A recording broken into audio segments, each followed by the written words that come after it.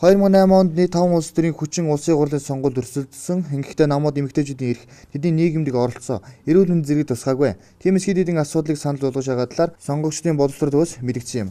Үүнд эмэгтэйчүүдийн эсрэг хүчирхийллийг урьдчилан сэргийлэх дэмжлэг үзүүлэх, эмэгтэйчүүдийн эсрэг хүчирхийлэлд тэмцэх бүс тогтолцоог бий болгох, хүүхдээ асрах тогтолцоонд эцгийг ээжлэн эдлэх, тэдний дээрх байдал тохирсон уян хатан байдал, хүүхэд хөгжлийн бэрхшээлтэй хүн асардаг бол өрхийн эдийн засгт оруулсан хувь нэмрийг тооцож үзэх, татвар, үйл хөдлөх хөрөнгө, газар өмчлөл зэргийг тооцсон, зээлийн нөхцөлийг хөнгөвчлөх зэргийг мөрийн хөтөлбөр тусах хэрэгтэй. Түүнчлэн бүх намд механик өсөлтийг дэмжин халамжийн бодлогод анхаарч байгаач тэр нь эмэгтэйчүүдийг улам эмзэг байдалд хүргэж байна. Энэ юу вэ гэвэл халамжийн бодлогод анхаарч байгаач бусад салбарт анхаарахгүй байна.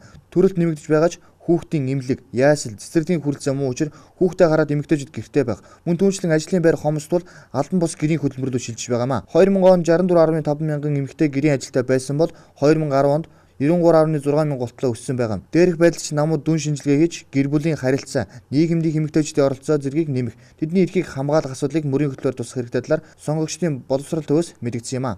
Гэр бүлийн хөгжлийн бодлого гэсэн юугаар намууд бол дандаа юун дээр гол чиглэл барьсан учраас тэрийг сонгож авсан. Хоёр дахь нь болохоор хөдөлмөр эрхлэлт, хөдөлмөрийн зах зээл дэх эмэгтэйчүүдийн эрх нь намуудын мөрийн хөтөлбөрт яаж тусгагдсан?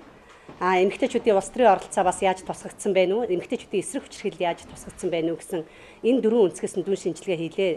За тэгээд эндээс ингээд харах юм бол зөвхөн одоо эхний хүн амаа өсгөх бодлого болон гэр бүлийн хөгжлийн бодлого гэсэн энэ үүднээс нь аваад үзэх юм бол сонгуульд оролцсон бүх намууд бол яах вэ гэхээр хүн амын механик өсөлтийг хэвшивтээд төрөлтийг урамшуулах зорилгоор гэр бүлд хүүхдэд бага хэмжээний бэлэн мөнгө амлах бодлогыг бол бүх намууд бол улс төрийн амлчихсан байгаа. Тэгээд энэ дээр бол яах вэ гэхээр эмэгтэйчүүд юу гэж үзэж байна вэ гэхээр амжиргааны баталгаа амьдралын чанарыг дээшлүүлэхийн оронд хүүхдийн хөгжил, өрх гэрийг дэмжих нэрээр бэлэн мөнгө тараах халамжийн бодлого бол гэр бүлийг ч тэр эмэгтэйчүүдийг ч тэр улам бүр эмзэг байдалд оруулж ядуурлын хавханд насаар нь одоо төгжчихэд хүргэж байна гэсэн ийм юмыг заавал одоо энэ юу дүн шинжилгээнд оруулаарай гэж хүссэн. Хүн амаа өсгөх бодлогыг барихдаа хөдөлмөр эрхлэлт, нийгмийн үйлчилгээний тогтолцоо, эрүүл мэндийн үйлчилгээний дэд бүтцэд гэх мэт асуудлыг бүгдийг нь цогцоор нь харсан ийм бодлого бол зайлшгүй хэрэгтэй юм байна. Өнөөдрийн мэдлэгдэр мөн улс төрдөг эмэгтэйчүүдийн оролцоо тутамгүй байгаа талаар мэдгдсэн.